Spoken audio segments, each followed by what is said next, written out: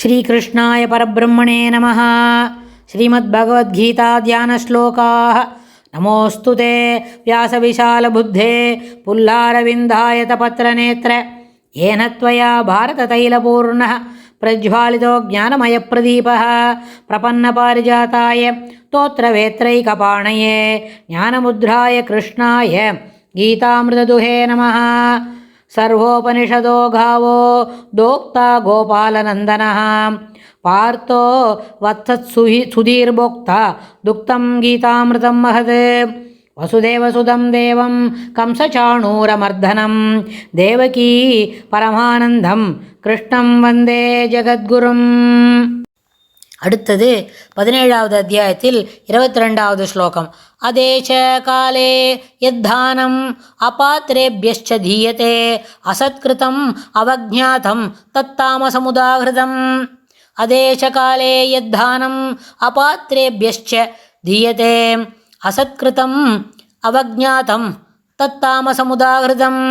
இந்த ஸ்லோகத்தில் பெருமாள் என்ன சொல்கிறார்? தாமசமான தானம் அப்படின்னா எது அப்படின்னு சொல்லி ஒரு சின்ன கோடிட்டு காட்டுறார். அதேச்ச காலே, அதாவது தேசே காலேச்ச வர்த்தமான அப்படின்னு சொல்லும்பொழுது தேசே அப்படின்னு சொன்னால் தகுதியான இடம்னு பார்த்தோம். அதேஷே அப்படின்னு சொன்னால் தகுதி இல்லாத இடம். எந்த இடத்துல கொடுக்கணுன்ற ஒரு இது இருக்கோ அது இல்லாமல் தகுதி இல்லாத இடத்திலும் காலத்திலும் அதேஷ காலேஷ அப்படின்னு சொன்னால் தகுதி இல்லாத இடத்திலும் தகுதி இல்லாத காலத்திலும் அபாத்திரேபியஸ்ச தகுதியற்றவர்களுக்கும். தகுதியற்றவர்கள் சொன்னால் இப்போ நம்ம ஒரு தானம் கொடுக்குறோம், அது வாங்குறவனுக்கு முதல்ல நம்மக்கிட்ட ஒரு பிராமண வீட்டில் இருந்தாலும் வேறு எந்த வீடுகளில் தானம் கொடுக்குறதா இருந்தாலும் வாங்கியிருக்கிறவனுக்கு தானம் வாங்குறவனுக்குன்னு சொல்லி சில தகுதிகள்லாம் இருக்குது. அதில் அவனுடைய நடத்தை சிறப்பாக இருக்க வேண்டும். நடத்தையில் சொன்னால் கெட்ட நடத்தையெல்லாம் இருக்கக்கூடாது. பொய் பேசுகிறவன், திருடுறவன், ஏமாத்துறவன், அதுக்கப்புறம் புத்தி இல்லாதவன் சொன்னால் அறிவு வேறு புத்தி வேறு. அப்படின்னா அறிவு இருந்தால் கூட சில விஷயங்களை யோசித்து புரிஞ்சுக்கிற அளவுக்கு சாமர்த்தியம் இல்லாதவன், அதாவது மூடர்கள் அப்படின்னு சொன்னால் கிளாரிட்டி ஆஃப் தாட் ப்ராசஸ் இல்லாதவன். சொல்கிறத சொல்லுவானே தவிர அதில் தனக்கு ஏன் இது சிறப்பாக புரியல அப்படின்னு. அதாவது ஒரு சின்ன ட்ரைவில் ஒரு உதாரணம் சொல்லணும் அப்படின்னு கேட்டால், ஒருத்தர் நிறைய உபகாரம் வாங்கிப்பான், நம்மளுக்கு மட்டும் ஏன் இவ்வளோ உபகாரம் பண்ணுறா, what is that we are superior, in what way we are entitled to have this அப்படின்னு அவன் யோசிக்க மாட்டான். என்னமா அவள் கொடுக்குறா, நம்மளுக்கு கொடுக்குறாளோன்னு அதுதான் நம்ம யோசிக்கணும் அப்படின்னு நினைப்பான். அப்படி நம்ம ஒருத்தருக்கு உபகாரம் பண்ணுறோம், அவன் வாங்கிட்டு போகிறான்னா பிரதி நம்ம இவாளுக்கு என்ன பண்ண போகிறோம், நம்மளுக்கு இவ்வளோ உபகாரம் பண்ணுறாளே, what is that we can give them in return அப்படின்னு அவன் யோசிக்க மாட்டான். அது ஒன்று. அது ஒரு அவன் மூடன் அப்படின்றதுக்கு இது ஒரு சின்ன ஸ்லைட்டு. அதில் இன்னொரு ஆடட் அதில் என்ன சேர்த்து பார்க்கலான்னு கேட்டால், மூடர் அப்படின்னு சொன்னால் அவனுக்கு நிறைய யோசிப்பான், ஆனால் அதுக்கு பொருள் தெரியாது, அது எப்படி செயல்படுத்துறதுன்னு தெரியாது, தானே செய்யறதையே அதை சரின்னு நினச்சிப்பான், அதை ஜஸ்டிஃபை பண்ணிப்பான். அது அப்படி இருக்கும். நம்ம செய்கிறது சரின்னு சொன்னால் நம்மளுக்கு பெரிய, இப்போ நம்ம ஒரு வேலை செய்கிறோம் அப்படின்னா அது சரியாக இருக்குதுன்னு நம்ம அம்மா சொல்லணும். இல்லை நம்ம மாட்டில் பாட்டிகள் இருப்பான்னா பாட்டி ஏன் குழந்தை சரியாக பண்ணுறது, என் அண்ணா தான் பண்ணுறது அப்படின்னு சொல்லணும். இல்லைன்னா நம்ம அப்பா அதை சரியாக சொல்லணும். இல்லாட்டி போனால் தாத்தா ஆற்றுல இருப்பார்னு சொன்னால் பசங்க நன்னா பண்ணுறது சரியாக பண்ணுறது அப்படின்னு சொல்லி கொடுக்கணும். We should get the approval from our elders. அப்போ தான் அது ஏற்புடையது. அதை விட்டு நம்மளே அது நன்னா தான் பண்ணியிருக்கோம்பா அப்படின்னு சொல்கிறோம். அதே நேரத்தில் ஒரு தவறு செய்கிறோம் அப்படின்னா அந்த தவறானாலும் பெரியவர்கள் சொல்லி காமிச்சா அதை சரியான முறையில் எடுத்துக்கணும். அப்படி சொல்லிட்டாக்க அந்த தவறை ஒத்துக்கவே மாட்டான். கடைசி வரைக்கும் அதுக்கு எக்ஸ்கியூஸும் கேட்க மாட்டான், அதை மாற்றியும் செய்ய மாட்டான், நான் அப்படி தான் செய்வேன்னு போவான்.